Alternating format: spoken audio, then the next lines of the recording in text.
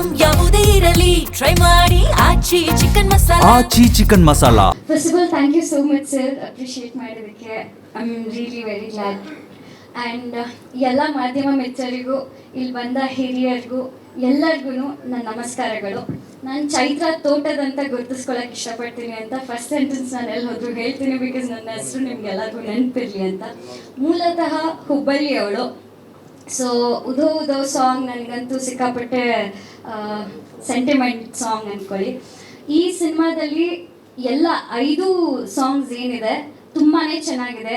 Lyrics ಆಗಿರ್ಬೋದು, the background score, singers ಎಲ್ಲ superb ಆಗಿ ಹಾಡಿದ್ದಾರೆ. ನನಗೆ ಲೈಕ್ ಫಸ್ಟ್ ಪ್ಲಸ್ ಪಾಯಿಂಟ್ ಅಂದರೆ ನಾನು ಕಂಟೆಂಟ್ಗಿಂತ ಮುಂಚೆ I would take songs. So and coming to the content, ನನಗೆ ನನ್ನ ಪಾತ್ರ ಇದರಲ್ಲಿ ಅಂದರೆ ಒಂದು ಹುಡುಗಿ ಹಿಂದೆ ಮುಂದೆ ಯಾರೂ ಇಲ್ಲದೆ ಅವಳು ಎಷ್ಟು ಕಷ್ಟಪಡ್ತಾಳೆ ಜೀವನದಲ್ಲಿ. ಅವಳು ಆ ತೀರಾ ಕಷ್ಟದಲ್ಲಿರುವಾಗ ಏನು ತಿರುವು ಕಾಣ್ತಾಳೆ, ಆಗ ಬರ್ತಾನೆ ನಾಯಕ. ಅವರು ಆ ಹುಡುಗಿಯ ಜೀವನನ ಹೇಗೆ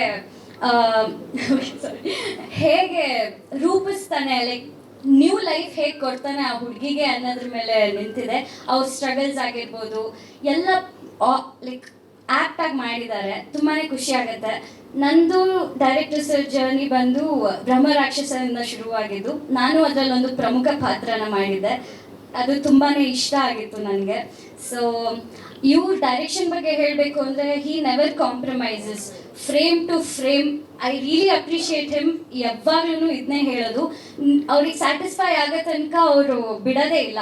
ನೀವು ಎಷ್ಟಾರ ಟೇಕ್ ತೊಗೊಳ್ಳಿ, ನೀವು 1 ಟೇಕಲ್ಲೇ ಮಾಡಿ ಅವ್ರಿಗೆ ಸ್ಯಾಟಿಸ್ಫೈ ಆದರೆ ಓಕೆ, ಇಲ್ಲ ಅದು ಬರೋ ತನಕ ಅವ್ರು ಬಿಡಲ್ಲ, ತಲೆ ಕೆಡ್ಸ್ಕೊಂಡು ಕೂತಿರ್ತಾರೆ. He is really dedicated to his work.